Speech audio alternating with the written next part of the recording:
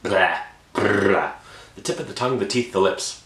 Hey everyone, welcome to Ontario Fishing Quest.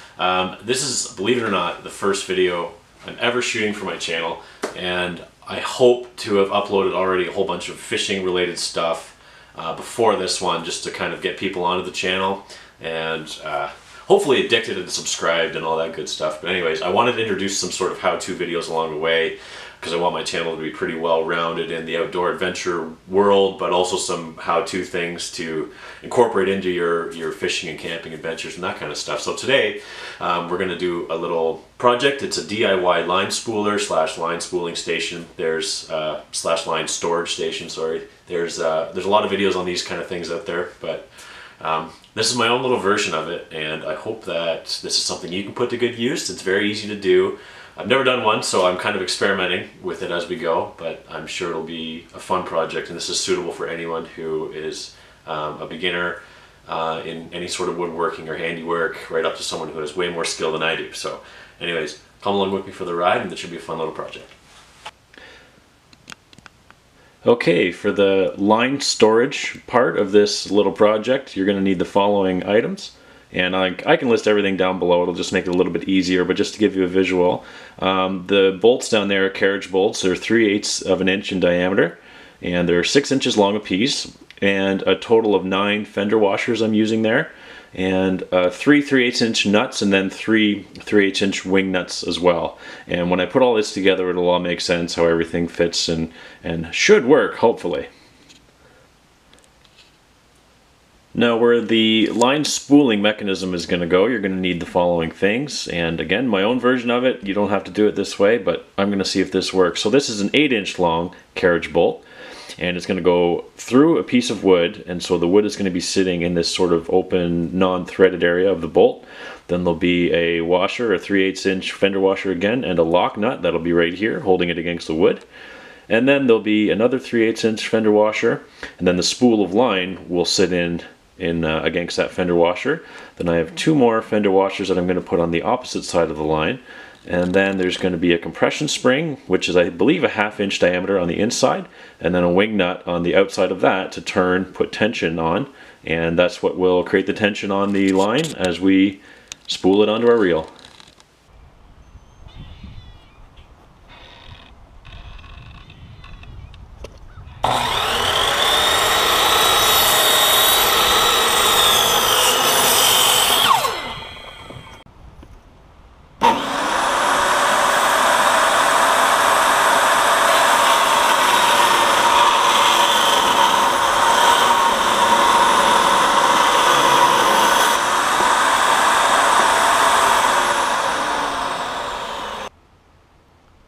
Okay, this is the piece that's going to go on a 90-degree angle coming out from the barn board.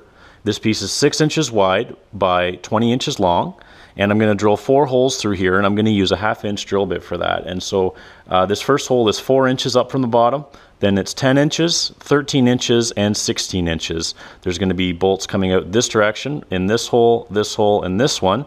And then this one is where the long bolt's going to go through on the other side, and that's where the line spooling is going to be.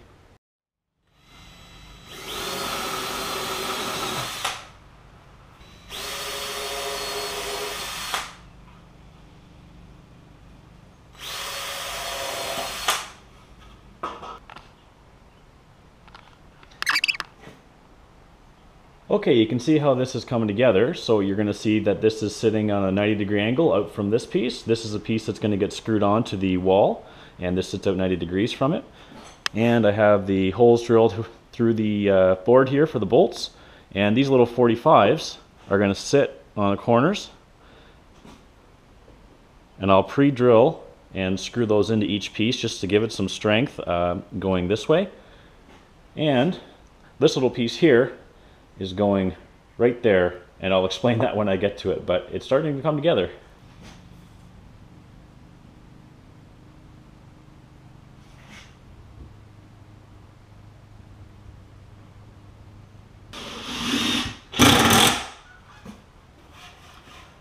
Okay, here's what it looks like so far. Again, it's going to sit like that. I did mention before that these little 45s that I cut, I do think they're necessary. They're 2 3/4 inches square, so just cut those and they'll sit right in there perfectly. Again, 6 inches by 20. This piece is just an exact match of this one. It's 6 by 20. So that's what it'll look like. We'll get it screwed to the wall, get the bolts run through, and we'll have ourselves a little line spooling area. Okay, I've got the piece mounted onto the barn board. Looks pretty good to me. Now I'm going to start putting all the components together. So,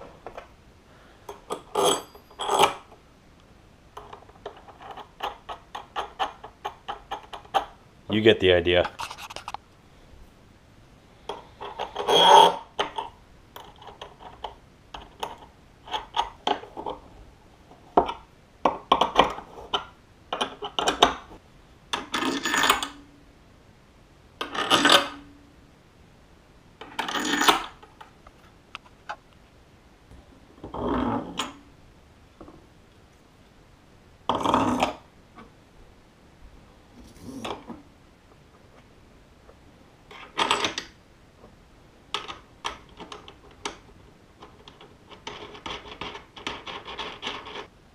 I think it looks pretty cool.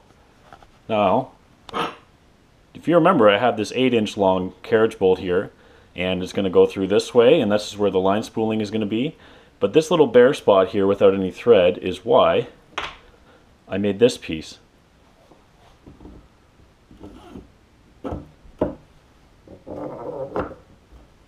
Perfect. So a little change in plan. I had initially planned on putting a lock nut all the way down on this bolt just to ensure that this is never going to spin, but it's far too much of a pain to thread it all the way down there. So I'm just using a regular old 3/8 inch nut here.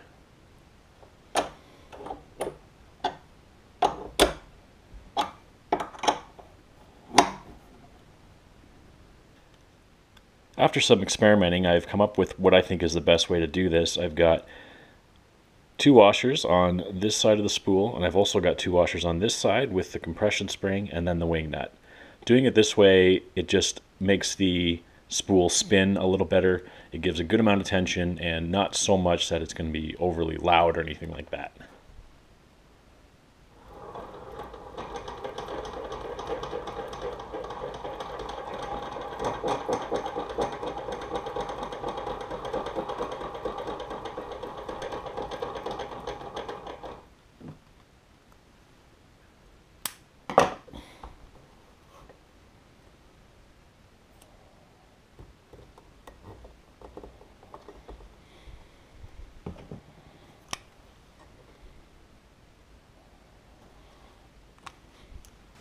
Well, there it is.